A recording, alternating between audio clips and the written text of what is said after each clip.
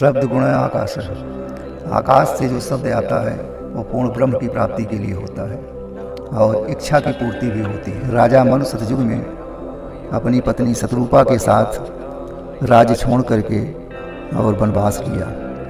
हरि की शक्ति के हिसाब से स्मरण किया, महात्माओं साधुओं के पास जा कर के ज्ञानार्जन किया।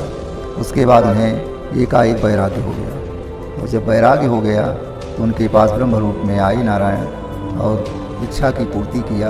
उन्होंने यही कहा कि हमें आप पुत्र के रूप में मिलिए। उन्होंने कहा ठीक है, समय आने दीजिए। तो मनु जी त्रेता में दशरथ हुए, शतरूपा जी कौशल्या बनी और उनके यहाँ भगवान राम के रूप में ब्रह्म रूप में जा कर के गोद में खेली। ये क्रिया भक्ति और कर्म की है। तो भक्ति जो है एक सरल रूप है जो केवल प्रेम से ही मिल जाती है।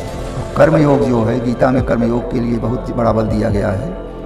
भगवान कृष्ण ने अर्जुन को बार बार समझाया कि कर्म करो, कर्मण्येवाधिकारस्ते मा फलेषु कदाचन।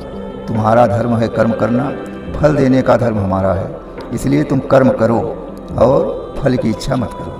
तो यदि आप फल की इच्छा करते हैं तो भक्ति करिए, कर्म पर विशेष ध्यान मत दीजिए। लेकिन बिना कर्म किए भक्ति आएगी नहीं, इसलिए कर्म को जोड़ते हुए भक्ति को ऊंचा करिए, पुष्ट करिए, तब आपके पास भक्ति जागृत होगी, आपकी सभी मनोकामनाएं पूर्ण होगी। भगवान पूर्ण रूपी नारायण, 4 शब्द से इनका नाम जो बना है, 4 अक्षर नारायण, इसमें दिव्य गुण है। इस दिव्यता को वही सत्पुरुष जान सकता है जिसे 4 शब्द का ज्ञान हो जाता है। नारायण का निवास भजन के माध्यम से समझिए कि कहाँ पर है।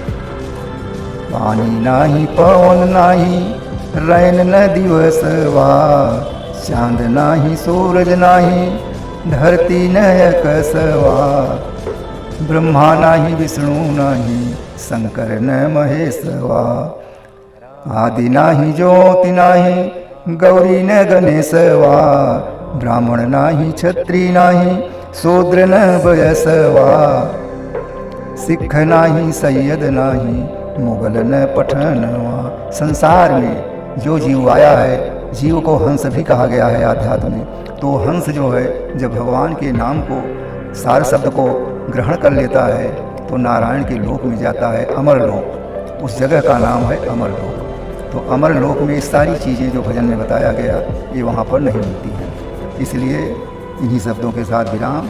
नारायण की भक्ति मूल है, कर्मयोग को लगाए हुए चलना चाहिए। ओम शांति।